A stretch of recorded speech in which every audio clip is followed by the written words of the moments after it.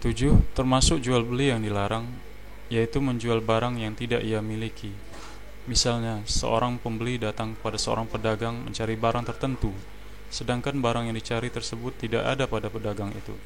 Kemudian, antara pedagang dan pembeli saling sepakat untuk melakukan akad dan menentukan harga dengan dibayar sekarang ataupun nanti. Sementara itu barang belum jadi hak milik pedagang atas penjual.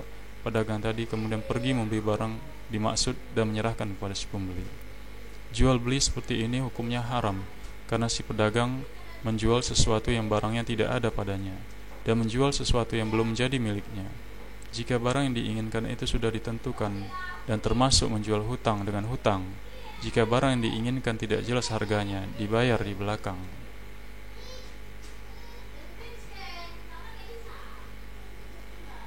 Rasulullah SAW telah melarang cara berjual seperti ini. Dalam suatu riwayat, ada seorang sahabat bernama Hakim bin Hizam radhiyallahu anhu berkata kepada Rasulullah SAW, "Wahai Rasulullah, seseorang datang padaku. Dia ingin membeli sesuatu dariku, sementara barang yang dicari tidak ada padaku. Kemudian aku pergi ke pasar dan membelikan barang itu." Rasulullah SAW bersabda, "Jangan menjual sesuatu yang tidak ada padamu." Hadis riwayat Tirmizi. Demikian ini menunjukkan adanya larangan yang tegas bahwa seseorang tidak boleh menjual sesuatu kecuali telah dimiliki sebelum akad, baik dijual cash ataupun tempo. Masalah ini tidak boleh diremehkan. Pedagang yang hendak menjual sesuatu kepada seseorang, hendaknya dia menjamin keberadaan barangnya di tempatnya atau di tokonya, gudangnya, showroomnya, atau di toko bukunya. Kemudian jika ada orang yang mau membelinya, dia bisa menjualnya cash atau tempo. Ke-8, termasuk jual beli yang dilarang ialah jual beli secara ainah. Apakah maksud jual beli dengan ainah itu? Yaitu engkau menjual suatu barang kepada seseorang dengan pembayaran tempo dibayar belakang. Kemudian engkau membeli barang itu lagi dari pembeli tadi dengan harga yang lebih murah, tetapi dengan pembayaran kontan yang engkau serahkan kepada pembeli. Ketika sudah sampai tempo pembayaran, engkau minta dia membayar penuh sesuai dengan harga yang kita berikan saat dia membeli barang pada kita. Ini disebut jual beli inah, benda. Karena benda yang dijual kembali lagi kepada si pedagang semula, ini adalah haram, karena hanya bersifat untuk menyiasati riba, seakan engkau menjual dirham sekarang dengan beberapa dirham di masa yang akan datang. Lalu engkau jadikan barang tadi sebagai alat untuk menyiasati riba. Jika engkau memberikan hutang kepada seseorang dengan menyerahkan barang dagangan dengan pembayaran tempo, seharusnya engkau membiarkan orang tadi menjual barang tersebut pada orang selain engkau, atau membiarkan dia berbuat apa saja atas barang tersebut, disimpan atau dijual kepada orang lain, jika dia memang membutuhkan uang. Rasulullah SAW bersabda, "Jika kalian melakukan jual beli dengan cara ainah, dan kalian telah memegang ekor sapi, dan kalian rela dengan bercocok tanam, Allah akan menimpakan kehinaan pada kalian. Allah tidak akan mengangkatnya sampai kalian kembali kepada agama kalian." Hadis riwayat Abu Daud dan memiliki beberapa penguat. 9. Di antara jual beli terlarang yaitu najasi, menawar harga tinggi untuk menipu pengunjung lainnya. Misalnya, dalam suatu transaksi atau pelelangan, ada penawaran atas suatu barang dengan harga tertentu. Kemudian ada seseorang yang menaikkan harga tawarnya, padahal ia tidak berniat untuk membelinya. Dia hanya ingin menaikkan harganya untuk memancing pengunjung lainnya dan untuk menipu para pembeli. Baik orang ini bekerja sama dengan penjual ataupun tidak, orang yang menaikkan harga padahal tidak berminat untuk membelinya telah melanggar larangan Rasulullah SAW, sebagaimana dalam sabdanya, "Jangan kalian melakukan jual beli najasi." Orang yang tidak berminat membeli dan tidak tertarik pada suatu barang, hendaknya tidak ikut campur dan tidak menaikkan harga. Biarkan para pengunjung, pembeli yang berminat untuk saling tawar-menawar sesuai harga yang diinginkan.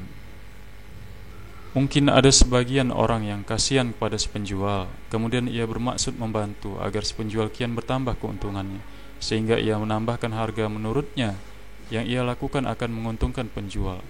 Atau ada kesepakatan antara si penjual dengan beberapa kawannya untuk menaikkan harga barang, harapannya agar pembeli yang datang menawar dengan harga yang lebih tinggi. Ini juga termasuk najasi dan juga haram, mengandung unsur penipuan dan mengambil harta dengan cara batil. Termasuk jual beli najas sebagaimana disebutkan oleh ulama ahli fikih, yaitu perkataan seorang penjual, "Aku telah membeli barang ini dengan harga sekian," padahal dia berbohong. Tujuannya untuk menipu para pembeli agar membelinya dengan harga tinggi. Atau perkataan penjual, "Aku berikan barang ini dengan harga sekian," atau perkataan, "Barang ini dihargai sekian," padahal dia berbohong. Dia hendak menipu para pengunjung agar menawar dengan harga yang lebih tinggi dari harga palsu yang dilontarkannya. Ini juga termasuk najasi yang dilarang Rasulullah SAW, termasuk perbuatan khianat, menipu, dan perbuatan bohong yang akan dihisab di hadapan Allah Azza wa Jalla.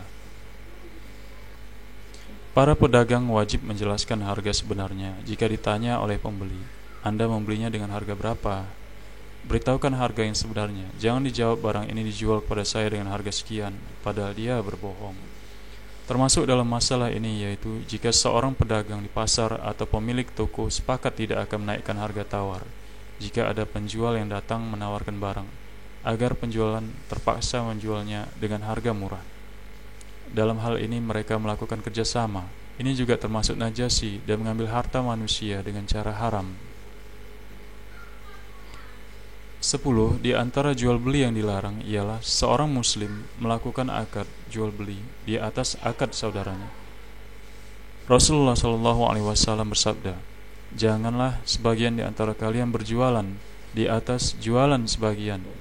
Misalnya, seseorang mencari barang dan dia membelinya dari seorang pedagang. Lalu pedagang ini memberikan hak pilih jadi atau tidak kepada si pembeli dalam tempo selama 2 atau 3 hari atau lebih. Pada masa-masa ini tidak boleh ada pedagang lain yang masuk dan mengatakan kepada si pembeli tadi, "Tinggalkan barang ini dan saya akan memberikan barang sejenis dengan kualitas yang lebih baik dan harga yang lebih murah." Penawaran seperti ini merupakan perbuatan haram karena berjualan di atas akad jual beli saudaranya. Selama penjual memberikan hak pilih kepada calon pembeli, maka biarkanlah calon pembeli berpikir, jangan ikut campur. Jika calon pembeli mau, ia bisa melanjutkan akad jual beli atau membatalkan akad.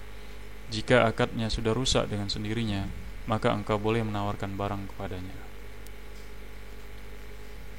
Begitu juga membeli di atas pembelian saudaranya, hukumnya haram. Misalnya, jika ada seseorang mendatangi pedagang hendak membeli suatu barang dengan harga tertentu, lalu dia memberikan hak pilih kepada pedagang, jadi jual atau tidak selama beberapa waktu, maka selama masa memilih ini tidak boleh ada orang lain ikut campur, pergi ke pedagang seraya mengatakan, "Saya akan membeli barang ini darimu dengan harga yang lebih tinggi dari tawaran si fulan." Demikian ini merupakan perbuatan haram, karena dalam perbuatan ini tersimpan banyak mudarat bagi kaum muslimin, pelanggaran hak-hak kaum muslimin, menyakitkan hati mereka. Karena jika orang ini mengetahui bahwa engkau ikut campur dan merusak akad antara dia dengan pembeli atau penjual, dia akan merasa marah, dongkol, dan benci. Bahkan mungkin dia mendoakan keburukan bagimu karena engkau telah menzaliminya. 11. Di antara jual beli yang dilarang ialah menjual dengan cara menipu. Engkau menipu saudaramu dengan cara menjual barang yang engkau ketahui cacat tanpa menjelaskan cacat padanya. Jual beli seperti ini tidak boleh karena mengandung unsur penipuan dan pemalsuan. Para penjual seharusnya memberitahukan pada pembeli jika barang yang hendak dijual tersebut dalam keadaan cacat. Kalau tidak menjelaskan, berarti ia terkena ancaman Rasulullah SAW dalam sabdanya, "Penjual dan pembeli memiliki hak pilih selama belum berpisah. Jika keduanya jujur, niscaya keduanya akan diberikan barokah pada jual beli mereka. Jika keduanya berbohong dan menyembunyikan cacat barang, niscaya barokah jual beli mereka dihapus." Suatu ketika Rasulullah SAW melewati seorang pedagang di pasar. Di samping pedagang tersebut terdapat seonggok makanan. Beliau SAW memasukkan tangannya yang mulia ke dalam makanan itu. dan beliau sallallahu alaihi wasallam merasakan ada sesuatu yang basah di bagian bawah makanan. Rasulullah sallallahu alaihi wasallam bertanya kepada pedagang, "Apa ini, wahai pedagang?" Orang itu menjawab, "Makanan itu terkena air hujan, wahai Rasulullah sallallahu alaihi wasallam." Kemudian Rasulullah sallallahu alaihi wasallam bersabda, "Mengapa engkau tidak menaruhnya di atas agar bisa diketahui oleh pembeli? Barang siapa yang menipu kami, maka dia tidak termasuk golongan kami." Hadis yang mulia ini sebagai salah satu kaidah dalam muamalah jual beli dengan sesama muslim. Tidak sepantasnya bagi seorang muslim menyembunyikan aib barangnya. Jika ada aibnya, seharusnya diperlihatkan, sehingga si pembeli bisa mengetahui dan mau membeli barang dengan harga yang sesuai dengan kadar cacatnya, bukan membelinya dengan harga barang bagus. Betapa banyak kasus penipuan yang dapat kita lihat sekarang. Betapa banyak orang yang menyembunyikan aib suatu barang dengan menaruhnya di bagian bawah dan menaruh yang baik di bagian atas, baik sayur mayur atau makanan lainnya. Ini dilakukan dengan sengaja. Ini adalah perbuatan khianat. Semoga Allah mengampuni kesalahan-kesalahan kita dan memberikan keselamatan kepada kita. Semoga Allah menjadikan rizki dan usaha kita halal, dan semoga Allah mencurahkan rizki pada kita. Wahai Allah Azza wa Jalla, cukupkanlah kami dengan rizki yang halal, bukan dari yang haram. Cukupkanlah kami dengan karunia, bukan dari yang lain. Ampunilah kami dan kasihanilah kami. Terimalah taubat kami, sesungguhnya Engkau Maha Penerima taubat lagi Maha Penyayang. Wa sallallahu ala nabiyyina Muhammadin wa alaihi wa sahbihi wa sallam.